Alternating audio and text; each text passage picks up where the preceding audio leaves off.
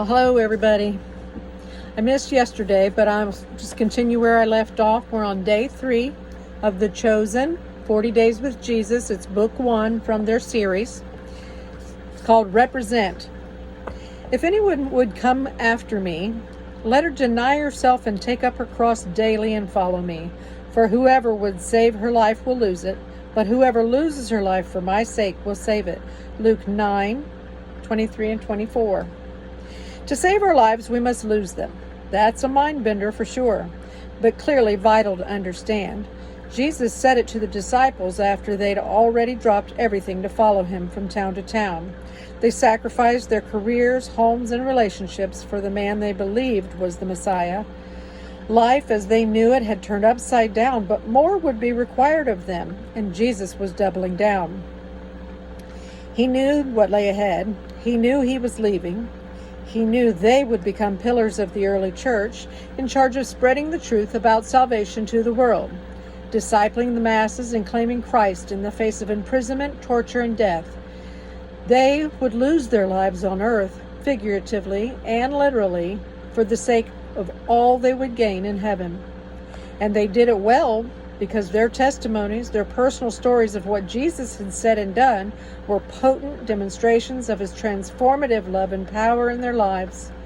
They shared the gospel with unstoppable, contagious, relentless passion that, to be honest, seems kind of rare these days. How come?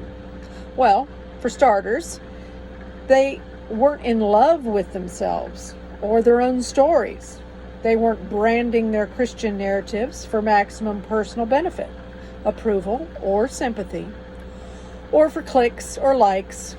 They weren't assigning themselves the hero role or belaboring their before Christ dysfunction with all its juicy, sensationalistic tidbits. When you look at biblical examples, it's amazing how few words are given to their broken past. The almost exclusive focus is on Jesus.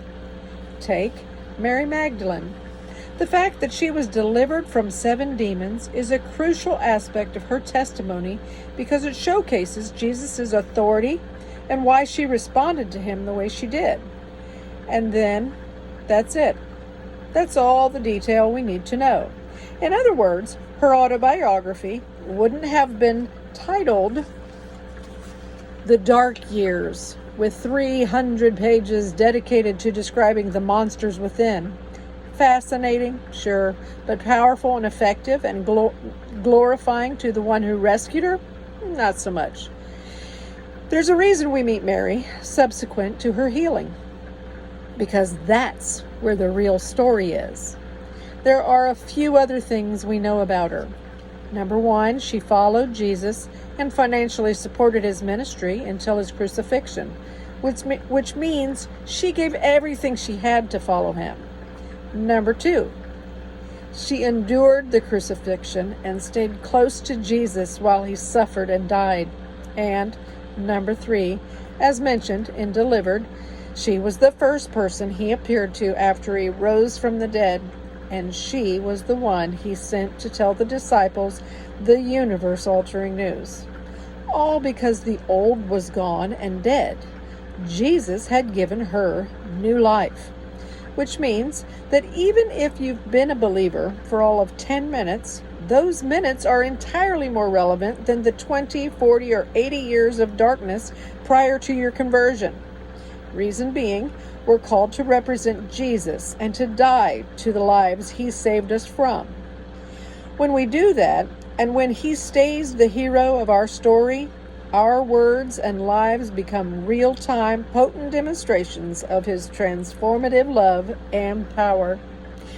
The prayer focus says, thank God for how he's transformed you. Repent of any times you've represented Jesus poorly, and ask him to be part of how you tell your story. In moving forward, it says, do you find it difficult to share your testimony? Why or why not? Be real. Who or what do your words most represent? And number 3 was moving forward. What can you say that focuses more on the after Christ portion of your testimony than the before Christ portion. Thanks for joining me. Hope you guys have a blessed holiday.